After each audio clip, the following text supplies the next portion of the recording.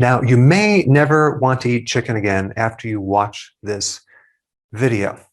99.9% of all the chicken sold in the world comes from factory farms where they can grow a chicken within 42 days. That's less than 6 weeks. I mean, a full-grown chicken. Chicken is the most genetically manipulated animal protein that you can consume. You know, in the past, long ago, a chicken would take a good amount of time to grow. And that's a normal process. But now they've speeded it up by a factor of 65 times faster. So anytime you alter Mother Nature and you grow something that fast, there are some consequences with nutrition. I mean, if you take a cow, for example, you can't grow a cow in 6 weeks. It takes like 1 to 2 years. So I'm going to show you in a little bit a comparison between the nutrition in beef versus chicken. But it's so interesting to me that people are just really against red meat, and they think that white meat is better for some reason, maybe because it's leaner, because of the fat, but that's actually completely false.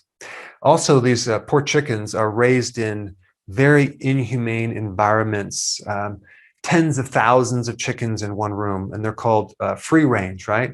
But it's very private. It's not very transparent as far as what goes on. When they factory farm chickens, there's something called ammonia burn, which from all the waste that builds up, it can create ulcers on their corneas and it can affect their joints. So overall, very unhealthy environment. So I have a question. Maybe you heard of eating raw fish, right? Sushi, or maybe even a rare steak. But why don't people ever eat raw or rare chicken meat, right? You pull up to your fast food restaurant and ask for a chicken sandwich, but you want it on the rare side. That just doesn't happen. Why? Because of the risks of salmonella, Campylobacter, or E. coli. These are pathogenic microbes. Why would these pathogens be in chicken, but yet you don't see them in other animal products? Well, it has to do with the environment that these chickens are raised in. This is not a normal thing.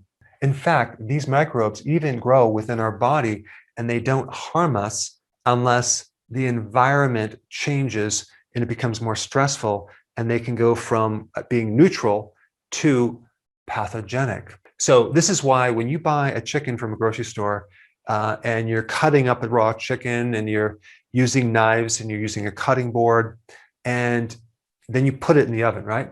You really have to sterilize the cutting board, your hands, the utensils that you use, the knife you use, or chances are there's a high chance you're going to have these microbes present, and then that can create a big time infection in you. But of course, everyone knows that you have to cook the heck out of chicken to make sure you kill the pathogens.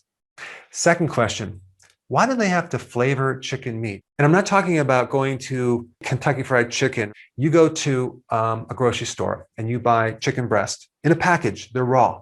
Look at the back of the label. Why do they add flavorings in the ingredients?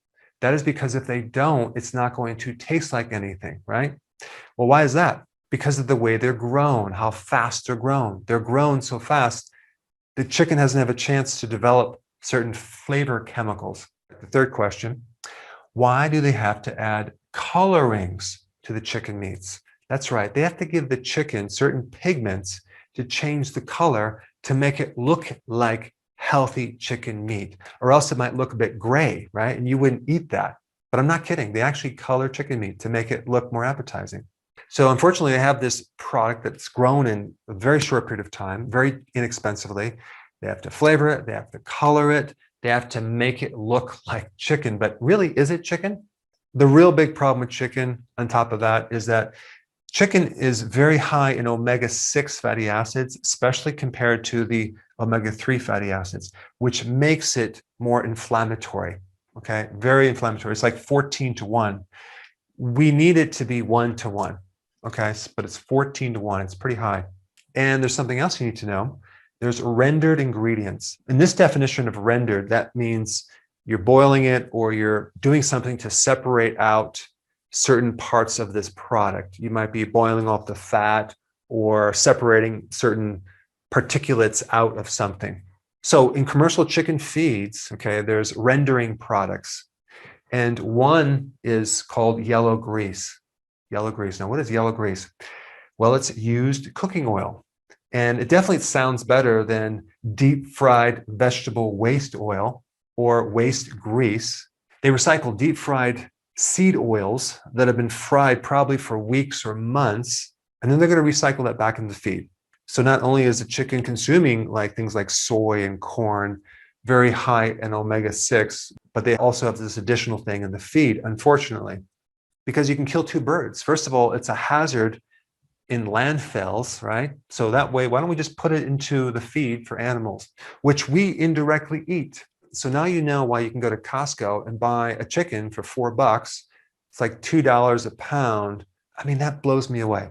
Now, I personally have about 16 chickens, and what I'm talking about is completely different than those chickens, which eat bugs all day long and worms and things like that. And I feed them fermented grains, no soy, no corn, not GMO. It's organic feed. But the big point is I know what it takes to buy the feed, a high quality feed to feed these chickens, and to be able to sell a full grown chicken for $4 with all the different people involved, the distributor, the store, the farmer. I mean, that is incredible. Someone could actually even make a profit on that. They probably don't make a profit. But the point is that to grow a healthy chicken, to grow healthy eggs, it does take high quality ingredients. It takes time, it takes money. But unfortunately, people demand the cheapest food possible. And of course, you get what you pay for. And that's what I'm going to talk about in the next slide, low nutrition. So let's compare beef versus chicken. I'm not even really comparing grass-fed beef, okay, except right here. This is just conventional beef.